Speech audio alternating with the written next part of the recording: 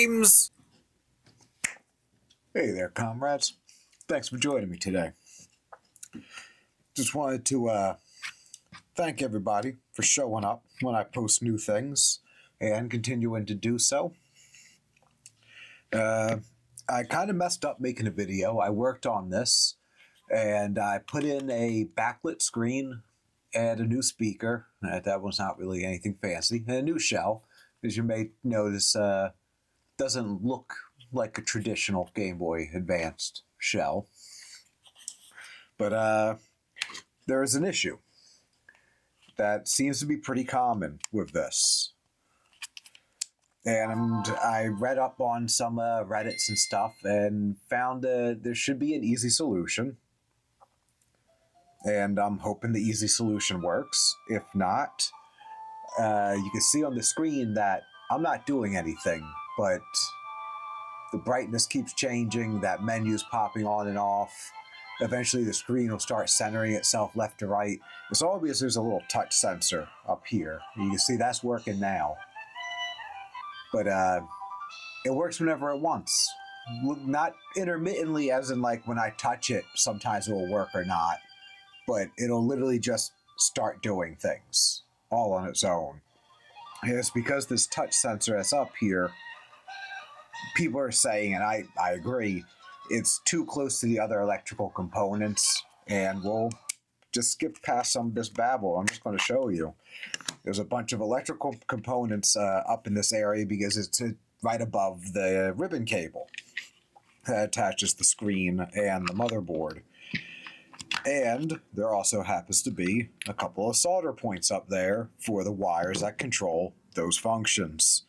So it's theorized that all that stuff is just too close to it, and that's what's causing the issue.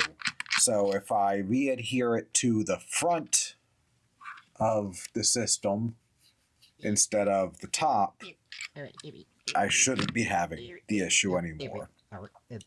Other people say, and I'm going to try the front because I want to try and help other people that maybe have the same issue but want the touch sensitivity option, the touch feature. I honestly could take it or leave it. I have the system set up so I can hold down RL and select for 3 seconds. It'll bring up the menu and I can just control the menu that way. That's fine for me. I don't need to be doing anything fancy. As fancy as I need is what I got this for, is the backlight. So I'm going to set the backlight to 10, which is its highest setting, because I'm blind and I need a lot of light to see. And because the screen looks really nice, so why not make it so you can see it?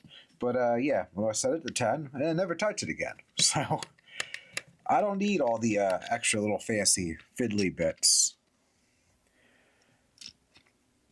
But here we are. Inside the board, you can see you have our ribbon cable, and you can't really see is right above it is the touchpad. Now, we'll see. I don't think, yeah. I have already been in here again. I had another idea to fix the issue, and I tried to insulate it a little bit and put something between it, and it didn't seem to work. Clearly, it actually made it worse. So it might be putting pressure in a spot that's causing more issue. I don't want to keep on screwing and unscrewing all these little components. This is a third-party case. I'm afraid that it's going to start to just deteriorate. But yeah, that's just some styrofoam I put in there. And this is the touchpad. Let me get it peeled back. There you go. Right there. That's our culprit. That's picking up interference from other things. And people are saying to try placing it on the front of the system. And I just have. And I hate that I have to put all of this back together just to test it because the battery contacts are designed the way they are.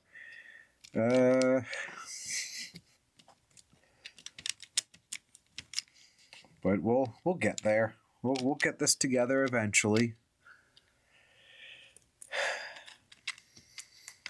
I've been in and out of this thing so many times, it's ridiculous. If this system had a pimp, it would be charging me extra right now. I'd be at like some premium rates. This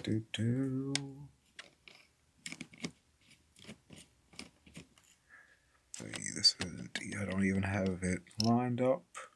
No, of course. The switch always likes to slide out of position.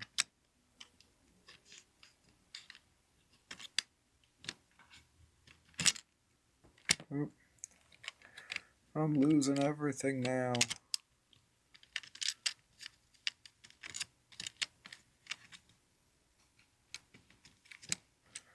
There we go. That's good. That's good. That's good. That's good.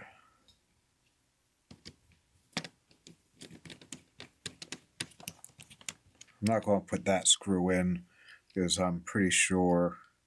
You know what? No, whatever. I'm going to button it all up. I'm going to button it all up because this is going to work. You know what? This is going to work. Let's be hopeful. It'll be nice if I can keep that little touchpad thing. If I can't, oh well, tough titties. Life goes on.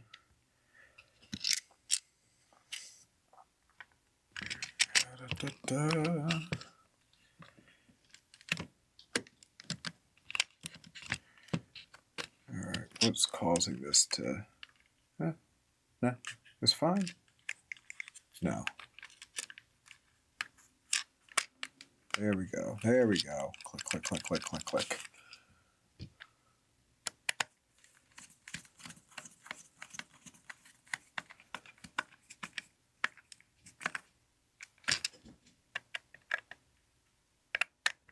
For the sake of saving a moment of time, I probably should just test it right now. But I'm going to keep going. I'm going to button this bad boy all the way up.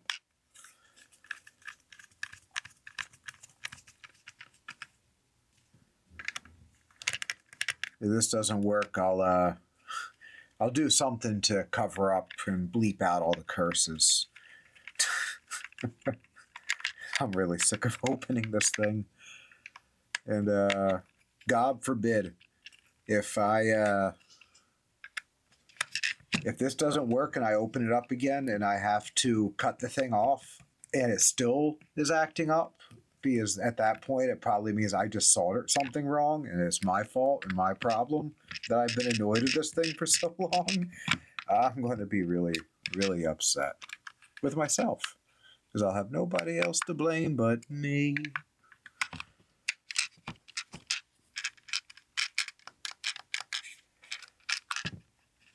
I swear the A and B buttons rattle more than I think they should. But, oh well. Oh well. Here we are.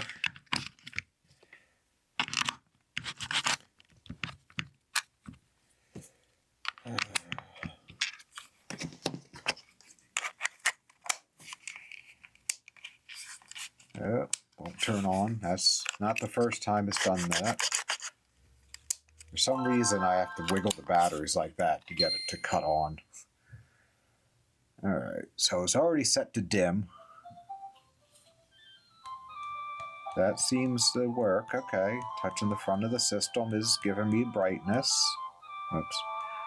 2, 3, 4, 5, 6, 7, 8, 9.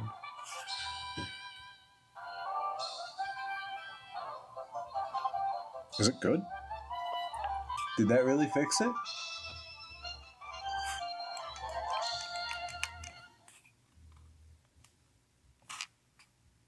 I think it fixed it.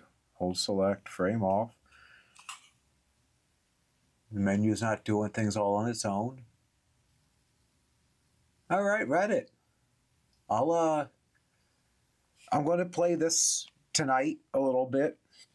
And so this video is going to go up probably a day or two after I'm done messing with it, because I want to give it some time, put it through its paces, see if there's any hiccups. But, oh man. Yeah, I I'm gonna try and find that Reddit post and just give a little shout out to the person who posted the to put this to the front. I know they're never going to see it. I don't even have a Reddit account, so I can't even post in the comments thanking them. Uh, but yeah, I mean, props to them. I'm going to voice over a little bit of, hey, thanks. And yes, I must say, thank you. Thank you very much, Comrade LVL 84. That's LVL 84, level 84. Yeah, I found their post on Reddit and it described exactly what you saw me do. I have spent some time playing with the system since then, and I will say that you would benefit if you would go the extra mile and put a little bit of electrical tape or Canton tape behind it, as that poster suggested. I went and just put it right onto the front, and there's been like one or two phantom presses here and there, but nothing like it was before, and totally something that's like not even a bother. Like, all right, my backlight flicks off every once in a blue, and I just put it back on. The menu doesn't pop up, nothing crazy. So, thanks again. You happen to have an IPS screen and you have an issue with touch sensitivity and it going through its menus and dimness settings, brightness settings on its own, relocate that little sticky pad for the touch sensor to the front of your system. It's really that simple. Yes, it looks a little bit cooler to be able to just go from like blah blah blah blah blah, pressing my buttons, and then blah, blah, blah. But you know what? That still works. You don't even need to hit the front. Yeah, that sensor is way too sensitive. I guess they should give you something like another poster said use some electrical tape or Canton tape to stick it to the front. I guess using that as an insulated tape will also cut down some of the interference. Uh, I think that any company that sells the IPS screens should probably pack in something similar instead of it just relying on the adhesive on the front of it, because it definitely needs something to block the interference. Because it's working fine now. And it is sensitive because I shouldn't be able to control it from the top here like this. I'm kind of glad I can because that's the way it was intended to have been installed. But yeah, yeah, that's it, comrades. I hope you enjoyed. If anybody needed to learn anything, I hope I got to the fix and all fairly quickly. I know I've rambled a lot after, but it's also just partly me waiting to see if this thing starts bugging out and doing something it shouldn't. So it's not. So thank you for joining me. I hope this video was helpful or informative. Aside from that one issue, the screen looks way better than it does on my camera. I see the camera actually causing some issues with like the polarity, like the color is kind of fuzzing out and switching. No issues like that from any angles I look at it from, like in person. It's gorgeous. So it's a $30 to $35 kit on average. You can probably find it cheaper. I'd recommend it, especially now if you've seen this video, you know how to avoid that problem. There are other people online to help you get it assembled. The instructions that are generally on their websites are very vague. And one issue I ended up throwing my video away with, I learned really quick I needed new glasses because every single ribbon connector that needed to be adjusted that I didn't think had locks. They all had locks. Every last ribbon connector has a little lock, a little clip, and I could not see them until I took out my phone and zoomed in with the camera. So, getting new glasses in like 2 weeks. I go in a few days, and they just got to make them and ship them. So, next time you guys see my face, maybe I'll have some new eyewear. All right. Thanks again. I'm signing off. Have a good one. Hopefully, I'll be back soon. I love you, comrades. Have a good night.